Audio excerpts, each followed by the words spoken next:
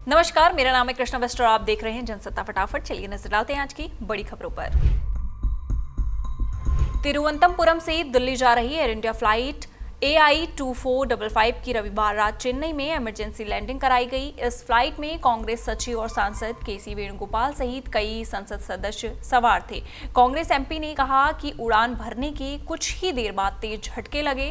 लगभग 1 घंटे बाद कैप्टन ने बताया कि फ्लाइट में सिग्नल की खराबी है और फ्लाइट को चेन्नई की ओर डाइवर्ट कर दिया गया है। लगभग 2 घंटे तक हम चेन्नई एयरपोर्ट के ऊपर चक्कर लगाते रहे। कांग्रेस सांसद केसी वेणुगोपाल ने सोशल मीडिया प्लेटफॉर्म X पर पोस्ट कर लिखा, तिरुवनंतपुरम से दिल्ली जा रही एयर इंडिया की फ्लाइट AI2455 जिसमें मैं, कई सांसद और कई यात्री सवार थे, आज भयावह रूप से त्रासदी के करीब पहुंच गई।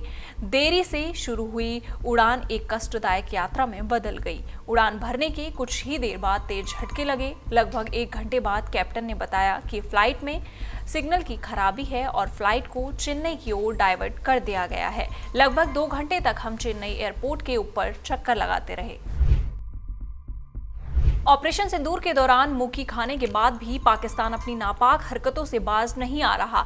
अब पाकिस्तान के सेना प्रमुख फील्ड मार्शल आसिम मुनीर ने एक बार फिर से गीदड़ भभकी दी है। आसिम मुनीर अमेरिका दौरे पर हैं। उन्होंने कहा कि अगर पाकिस्तान का अस्तित्व खतरे में पड़ा तो वो परमाणु युद्ध छेड़ देंगे। हालांकि ऑपरेशन सिंदूर के बाद प्रधानमंत्री नरेंद्र मोदी ने साफ कह चुके हैं कि भारत अब किसी भी परमाणु युद्ध के ब्लैकमेल को नहीं सुनेगा और किसी भी आतंकवादी घटना को एक्ट ऑफ वॉर माना जाएगा। द प्रिंट की रिपोर्ट के अनुसार अमेरिका में आसिम मुनीर एक टी डिनर में मौजूद थे जहां पर उन्होंने भारत को धमकी दी है।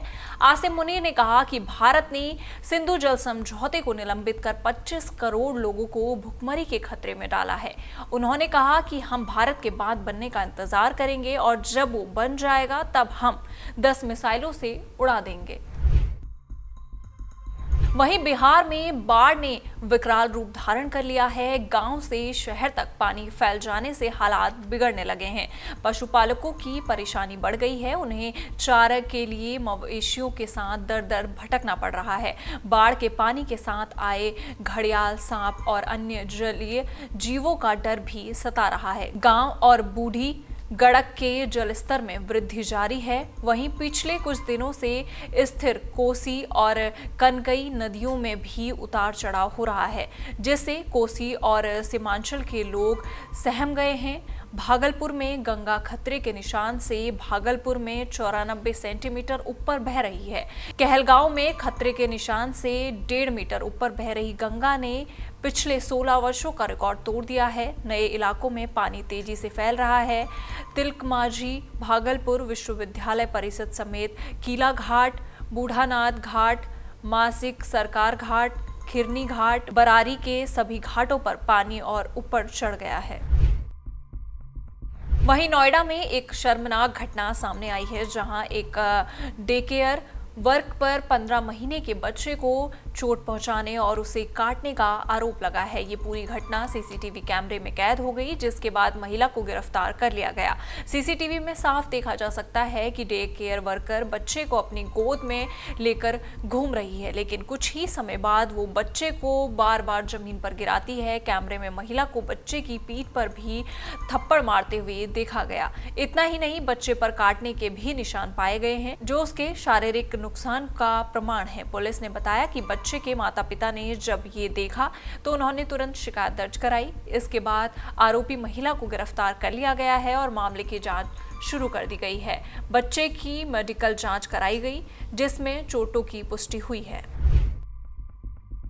वहीं बॉक्स ऑफिस पर फिल्मों का कलेक्शन होना आम बात है। इन दिनों 3 फिल्में हैं जिन पर दर्शकों की नजर टिकी हुई है। 18 जुलाई को सैयारा रिलीज की गई, जिसने ताबड़तोड़ कमाई की। इसके बाद 1 अगस्त को 2 फिल्में सन ऑफ सरदार 2 और धड़क 2 को रिलीज किया गया, जिसकी रिलीज का सैयारा की कमाई पर कोई भी असर नहीं पड़ा। इसने महज 18 दिन में ही इंडिया में 300 करोड़ और दुनिया में 500 करोड़ का बिजनेस किया। ऐसे में अब अजय देवगन की फिल्म को सैयारा ने 24वें दिन भी कमाई के मामले में कड़ी टक्कर दी है।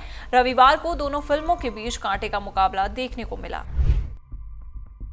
इन सारी खबरों पर आपका क्या कहना है, आप हमें कमेंट सेक्शन में जरूर बताइएगा और इसी तरह की देश दुनिया की खबरों के साथ जुड़े रहने के लिए देखते रहिए हमारे साथ जनसत्ता।